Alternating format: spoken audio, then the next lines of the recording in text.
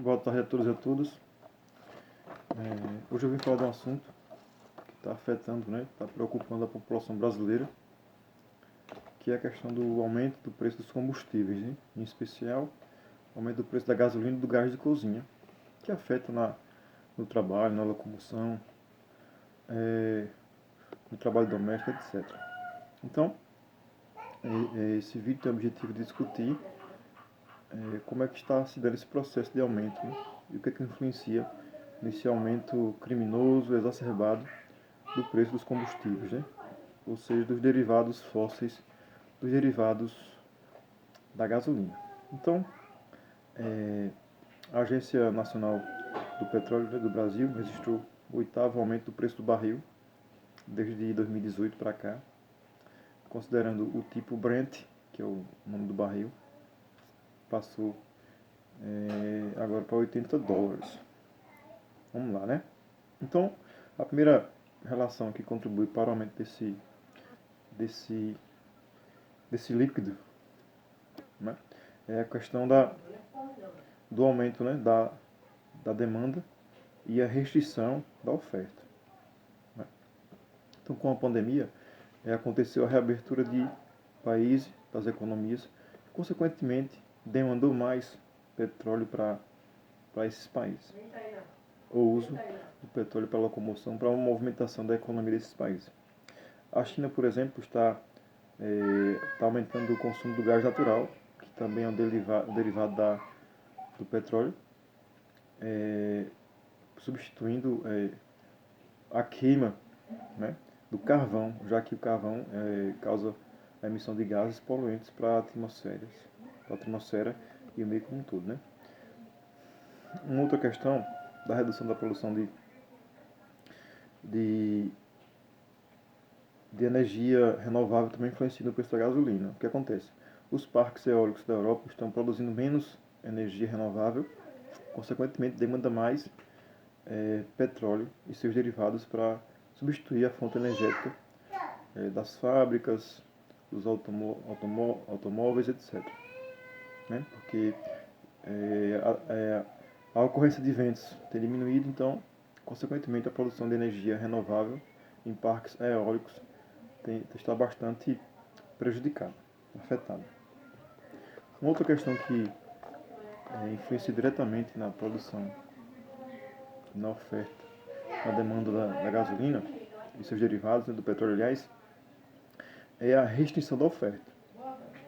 Então, qual a razão desse caso aí? É que existe uma dinâmica, né, consensuada entre os países produtores do petróleo, no qual corresponde a 36%, 33% é isso, da produção global. E esses produtores, né, que é a OPEP, eles limitam essa produção com o intuito, né, de não reduzir o preço do petróleo, né, do preço do barril do petróleo.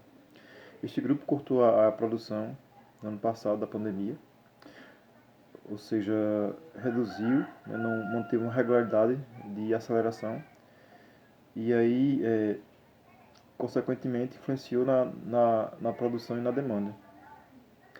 Estão agora tentando atualizar e regularizar essa produção, mas não manter um nível, né, de uma aceleração conforme a demanda. Ele deu uma certa segurada, cortou a produção devido à pandemia, já que são países reguladores dessa produção, visando não cair o preço do petróleo, do barril do petróleo.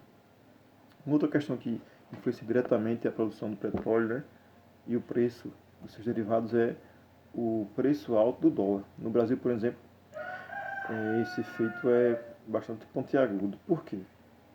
Porque o Brasil passa pela uma desvalorização cambial, no sentido da compra e da venda no mercado internacional. E com o dólar mais caro, né, acima de R$5, né, chegando a 6 ou mais, ainda não é assim. Por exemplo, os Estados Unidos retirou estímulos monetários, né, e aí na política externa acaba influenciando o preço. Internamente no Brasil, percebe, né, os países que poderiam estar investindo em empresários, observa que há uma deteriorização das contas públicas brasileiras ou seja, o Brasil talvez não cumpra seus acordos internacionais no sentido da compra e da venda.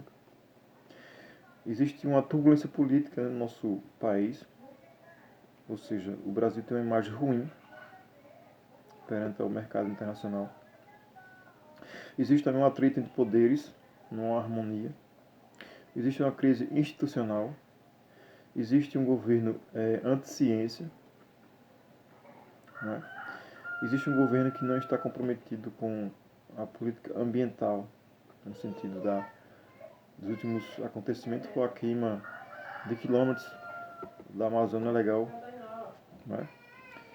E com isso afeta na decisão, né, dos investidores internacionais apostar aqui no país, com total fragilidade no qual o país, governamentalmente falando, não investe. E também outro fator que influencia no preço do aumento dos derivados do petróleo é a questão do motivo climático. Que motivo climático é esse? Com isso, aumenta o preço do biocombustível. O biocombustível que é colocado 27%, né, no álcool, o álcool anidro. Então, é um líquido natural que é colocado, né, no álcool. Em 16% no diesel, ou seja, e o biodiesel não é suficiente, por isso que existe alto biodiesel que acaba aumentando o preço da gasolina, porque é um composto presente em cada derivado desse petróleo. Né? E qual foi o motivo climático? No sentido que acaba afetando o preço alto do preço da gasolina e do gás. A falta de chuvas, as geadas, consequentemente há uma redução da produção das lavouras da cana-de-açúcar, que produz esse líquido biocombustível, que influencia na composição de outros combustíveis fósseis. Né? E aí reflete no transporte, no aumento do preço do transporte, no aumento do frete, no aumento do preço dos alimentos, como efeito bola de neve. Né? E aí tem uma coisa interessante, que é a Petrobras brasileira, né, que possui 18 refinarias, 13, né, no qual só é 18, são 18, mas são 13 brasileiras. Esse preço do aumento no sentido internacional, né, o Brasil, né, no sentido desse novo governo que está aí, aumenta o preço conforme a paridade internacional. Ou seja, vai seguindo o aumento da inflação, do dólar, etc. Então ele é orientado pelas flutuações de mercado internacionais, que é um preço estimado desde 2014, foi aumentado devido para segurar a inflação, né, onde a empresa naquela época foi endividada, em 2014, né, envolvida em esquema de corrupção, etc. Foi vendida a refinarias, né, agora, recentemente. E assim, tudo isso influencia no preço, né, porque há aqueles que defendem a estatização, né, e aqueles que defendem a privatização. Mas tudo isso influencia no aumento do preço da gasolina, porque acaba distribuindo para a população um custo de péssimas administrações, certo?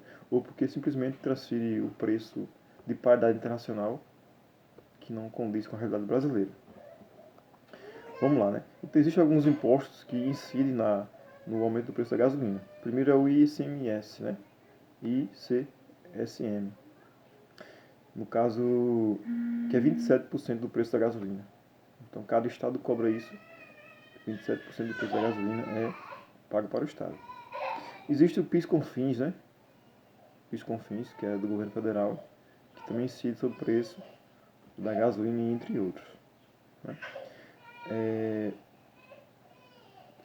O ICMS significa, né, Imposto de Circulação de Mercadorias e Serviços, né? ICMS. E o PIS/COFINS é um imposto do governo federal. Então, tanto o Estado quanto o governo federal tem imposto em cima, para além do custo de produção, locomoção, da gasolina e de outros derivados de petróleo. Só para ter a noção, o gás teve um aumento de 30%. Né? Então, resumindo e concluindo aqui nosso pequeno vídeo, quem está pagando o preço é a população mais carente, né? Que tem o poder aquisitivo menor, as pessoas que têm que arcar com outras despesas essenciais e acabam, né, utilizando os recursos naturais, que é o uso da lenha, aqueles que podem, né, ou compra do carvão para estar cozindo seus alimentos, né? Então fica aqui o vídeo dessa reflexão sobre o preço dos derivados do petróleo, em especial o aumento do preço da gasolina e o aumento do preço do gás de cozinha. A todos uma boa tarde, se inscreva no canal, ative o sininho, notificações aí, dê seu like. Tenham todos uma boa tarde.